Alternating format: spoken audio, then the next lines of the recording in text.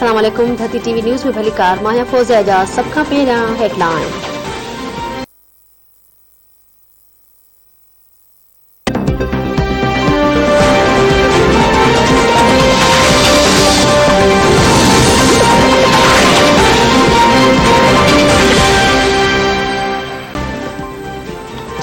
इस्लामाबाद में तालीमी इदारनि खे मेट्रोपॉलिटन मातहत करण खिलाफ उस्ताद हिकु भेरो ॿीहर रस्तनि ते निकिरी आया। हज़ारे उस्तादनि जी प्रेस क्लब खां पार्लियामेंट ॾांहुं मार्च कोशिश। इंतजामिया पार्लियामेंट वेंदड़ रस्तो बैरियर ऐं खारदार तारूं हणी बंदि करे छॾियो। पुलिस जी वॾी नफ़री जिना एवेन्यू ते मुक़रर।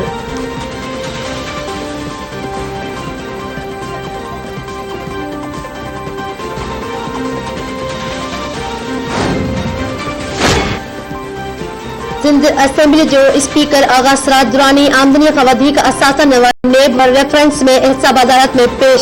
खेस सख्त सिक्योरिटी में अदालत पहुचायो वियो। केस जा 3 शाहिद पेश न थी सघिया। अदालत नेब प्रोसिक्यूटर के ईंदड़ ॿुधरे ते शाहिद के पेश करण जो हुकुम ॾींदे ॿुधरी 4 जनवरी ताईं मुलतवी करे छॾी। मीडिया सां ॻाल्हाईंदे आगा सिराज दुरानी चयो त मकानी निज़ाम वारे बिल ते मुख़ालिफ़ धुर सां ॻाल्हियूं कयूं हुयूं।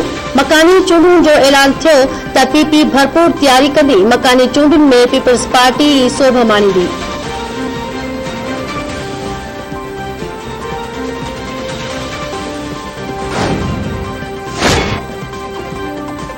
सखर जी एहसाब अदालत पीपी अगवान नवाब वसाण जी अबूरी ज़मानत में वाध करे छॾी।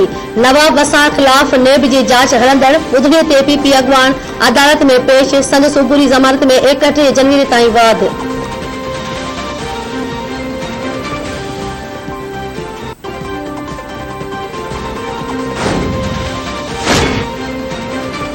मुल्क जे मुख़्तलिफ़ शहरनि में गैस जो बहरान बरक़रार।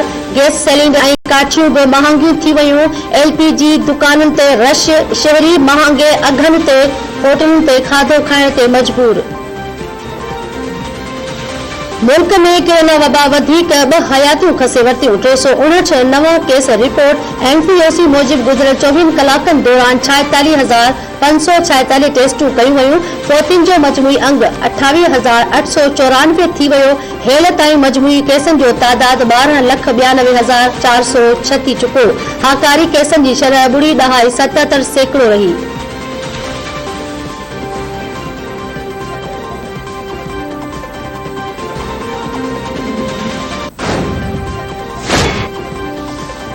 अमेरिकी फेडरल ड्रग एडमिनिस्ट्रेशन कोरोना जी नई दवा जी मंजूरी ॾेई छॾी। मरीज़ खे पैक्स लोड गोरी 5 ॾींहनि ताईं ॾींहं में 2 भेरा इस्तेमाल करणी पवंदी। अमेरिका दवा ठाहींदड़ कंपनी सां $5 अरब 30 करोड़ जो मुआहिदो करे छॾियो।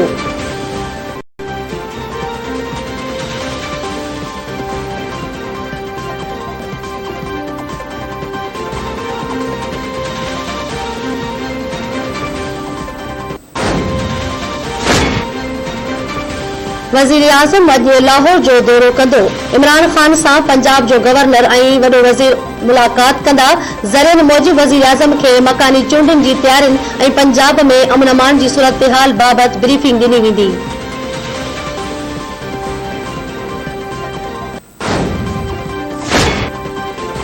गॾियल क़ौमुनि जे सिक्योरिटी काउंसिल अफ़गानिस्तान लाइ इमदाद जो ठहराउ मंज़ूर करे वरितो आहे। गॾियल क़ौमुनि में पाकिस्तान जे मुस्तक़िल नुमाइंदे मुनीर अकरम जो चवणु आहे त ठहराउ जी मंज़ूरीअ में वज़ीर आज़म जो विज़न अहम साबित थियो।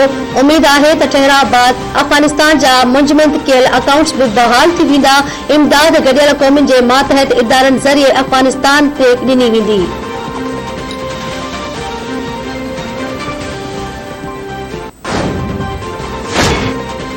रेती वेझो विलार स्टेशन भरिसां अणसुञातल शख़्स जो लाश हथ।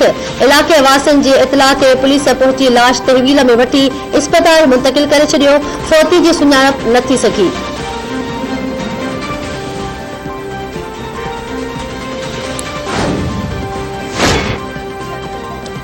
लतीफ़ यूनिवर्सिटी खैरपुर जे पॉइंट बस मां शागिर्दियाणी के अगवा करण जी कोशिश। वज़ामत ते 3 शागिर्द ज़ख़्मी। इस्पताल मुंतकिल। शागिर्दनि क़ौमी शाहराह ते धरणो वञी रोड ब्लॉक करे छॾियो।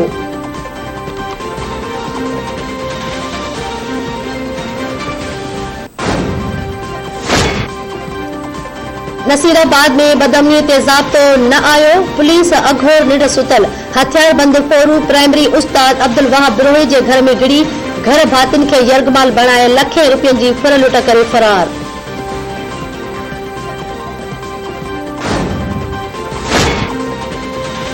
अखोबर सां ॻोठ गुलो ख़ान मुगेरी वासी उस्ताद 3 ॾींहनि खां पुरस्रार नमूने गुम, ॻोल्हा बावजूद महरम अली मुगेरी जो वारसनि खे को बि पतो पइजी न सघियो, सदमे में माउ खे बेहोशीअ जा दौरा।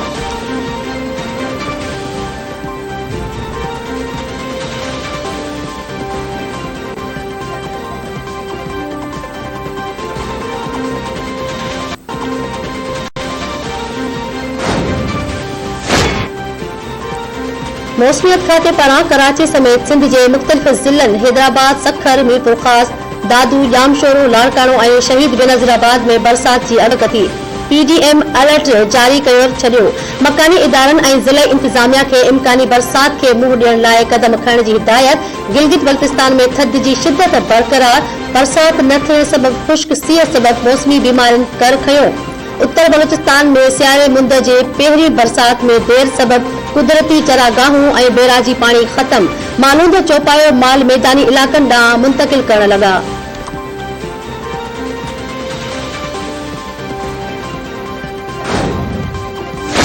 तेरा है हक के शहीदों,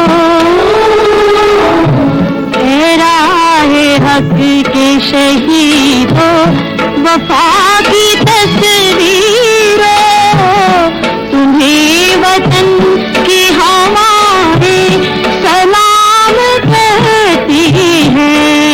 खुदा अपने प्यार की जहाँ से मैंने आज़ू, किसी से जो न भूल सके जिंदगी आज़ू।